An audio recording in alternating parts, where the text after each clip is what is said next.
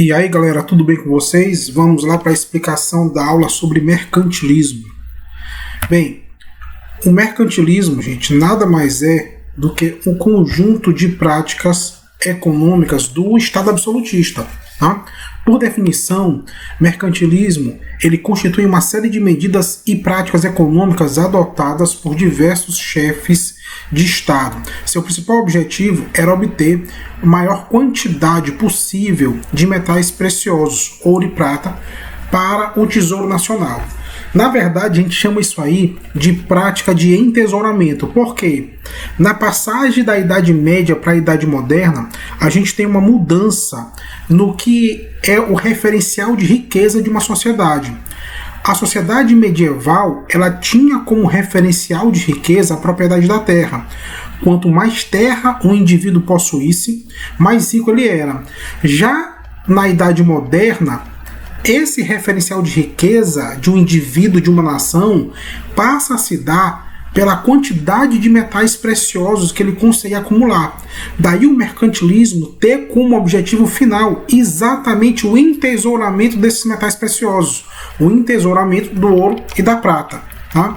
As principais características do mercantilismo são o controle estatal da economia. Todos os aspectos econômicos são controlados pelo Estado. Todas as atividades econômicas dependem de uma autorização estatal. Os reis, com apoio da burguesia mercantil, foram assumindo o controle da economia nacional, visando fortalecer ainda mais o poder central e obter os recursos necessários para expandir o comércio. Dessa forma, o controle estatal da economia tornou-se a base do mercantilismo. Tá? Outra característica é a balança comercial favorável. Em resumo, balança comercial favorável quer dizer que o volume de exportação tem que ser maior do que o volume de importação. Então, essa ideia consistia na busca da riqueza de uma nação, que a riqueza de uma nação estava associada à sua capacidade de exportar mais do que de importar. Para que as exportações superassem sempre as importações e causassem assim um superávit, era necessário que o Estado ele se ocupasse com o aumento da produção e com a busca de mercados externos para a venda dos seus produtos. O monopólio ou controle estatal vem também aí uma ideia de exclusivismo comercial. Tenham cuidado, tem muita gente que coloca aqui um termo que eu não gosto muito, que é pacto colonial. Não existia pacto colonial, porque pacto pressupõe uma ideia de acordo. O que existia era uma imposição da metrópole sobre sua colônia. Tá? Esse monopólio ele pertencia ao Estado. O Estado ele passava esse monopólio aos burgueses mediante um pagamento monetário. Tá? Por exemplo, logo no início da colonização portuguesa no Brasil, a principal atividade econômica dos portugueses aqui era a extração de pau-brasil. Mas não era qualquer português que poderia vir ao Brasil e extrair o pau-brasil. Por quê? Essa atividade ela era monopolizada pelo rei. O monopólio do pau-brasil recebia o nome de estanco. Tá? Estanco vem de estancar, de parar, ou seja, apenas pessoas específicas autorizadas pelo rei poderiam praticar essa atividade. Os outros estavam proibidos. Daí a ideia de monopólio, de controle total sobre uma atividade econômica. Isso também acaba fazendo com que a colônia ela passasse a assumir um papel de complementadora da economia metropolitana. Tá? Em que sentido? A colônia não poderia produzir dentro do sistema mercantilista nenhum produto que a metrópole já produzisse. A ideia era que a colônia só poderia produzir aquilo que a metrópole era incapaz de produzir. No caso desse período, os produtos tropicais e os metais preciosos. Tá? Então, eram esses os produtos que as colônias eram autorizadas a produzir. Todo o resto, não havia produção regulamentada, por exemplo, de manufaturas na colônia. Era proibido. Nós teremos uma outra exceção por algum caso específico em que nas colônias irá se produzir manufaturas, mas mais uma vez, isso aí era a exceção, tá? O protecionismo, ou seja, a ideia de que através das tarifas alfandegárias a metrópole ela conseguia proteger o seu mercado por meio da elevação dessas tarifas alfandegárias. Qual é a ideia por trás disso? Era tornar o produto importado mais caro do que o produto produzido internamente e forçar com que a população comprasse o produto interno, tá? Então, elevava-se as tarifas alfandegárias para proteger o mercado interno, daí a ideia de protecionismo.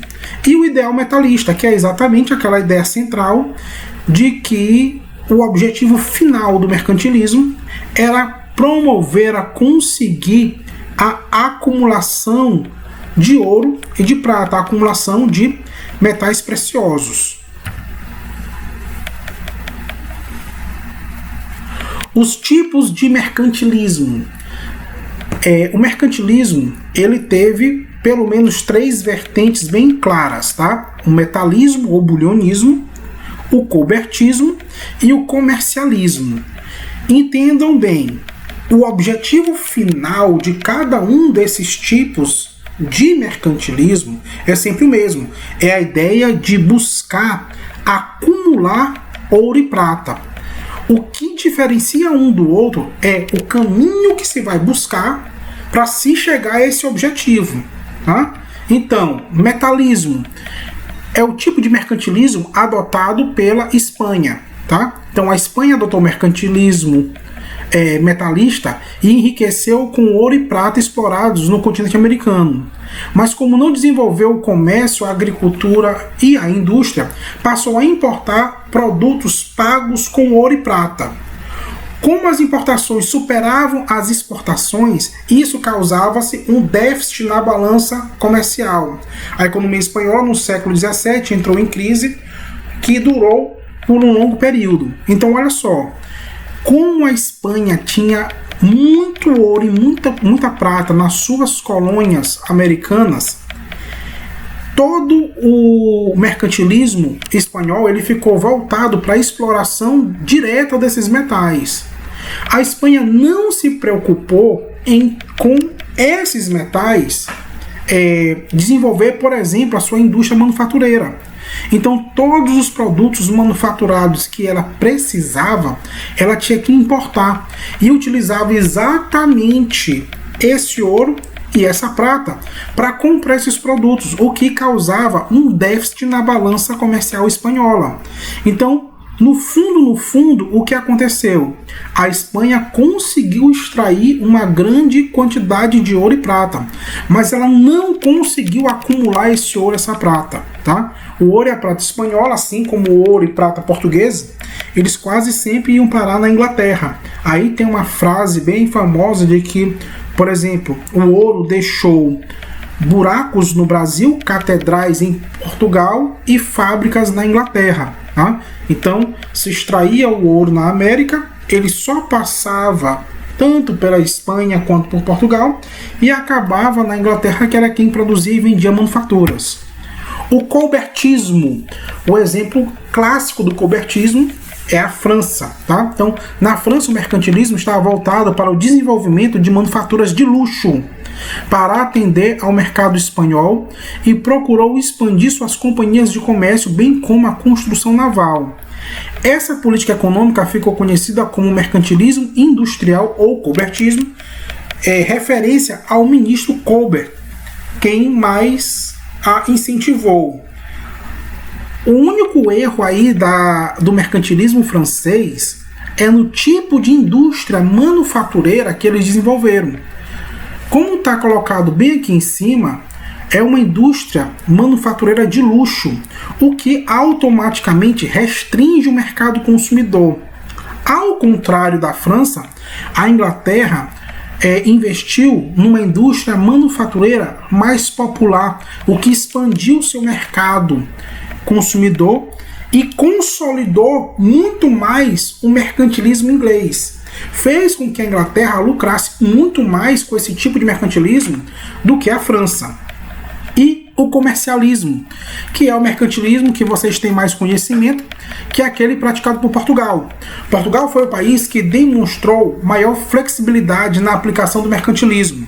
No século XVI, a descoberta do caminho marítimo para as Índias pôs em prática o mercantilismo comercial, comprando e revendendo mercadorias do Oriente.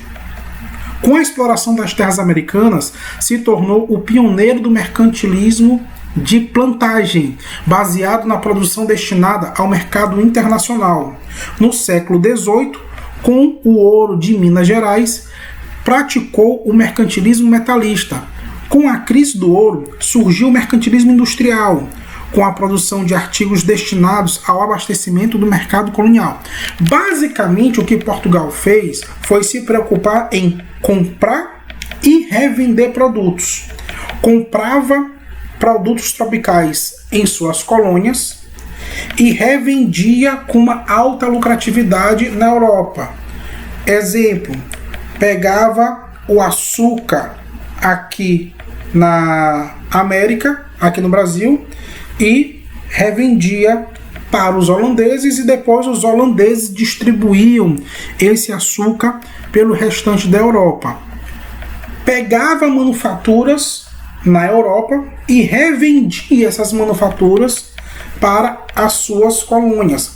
Para fazer essa transação comercial, surgiram as companhias de comércio, tá? E dentre essas companhias, duas atuaram com muito destaque aqui no Maranhão. Primeiro veio a Companhia de Comércio do Maranhão e Grão-Pará, certo? Na época de Beckmann. E depois, no período pombalino, veio a Companhia de Comércio do Grão-Pará e Maranhão. Aí inverte aí a ordem do nome. A primeira Companhia de Comércio, ela não atendeu a contento a sociedade e resultou, inclusive, na revolta de Beckmann. A segunda companhia, do período pombalino, ela atendeu muito bem a sociedade, ela que implantou uma grande quantidade de escravos no Maranhão, escravos esses para atuar na lavoura algodoeira também implantada nesse período, e houve um grande desenvolvimento econômico do Maranhão em torno da lavoura algodoeira, tá? Isso no período pombalino. Então, basicamente, o comercialismo português, ele se dá pela compra e revenda de produtos nos dois sentidos, tanto no sentido colônia-metrópole quanto metrópole-colônia. Tá? Então é isso aí, essa foi uma rápida explicação para vocês sobre mercantilismo, e em breve eu vou postar uma nova aula com uma nova explicação. Até mais!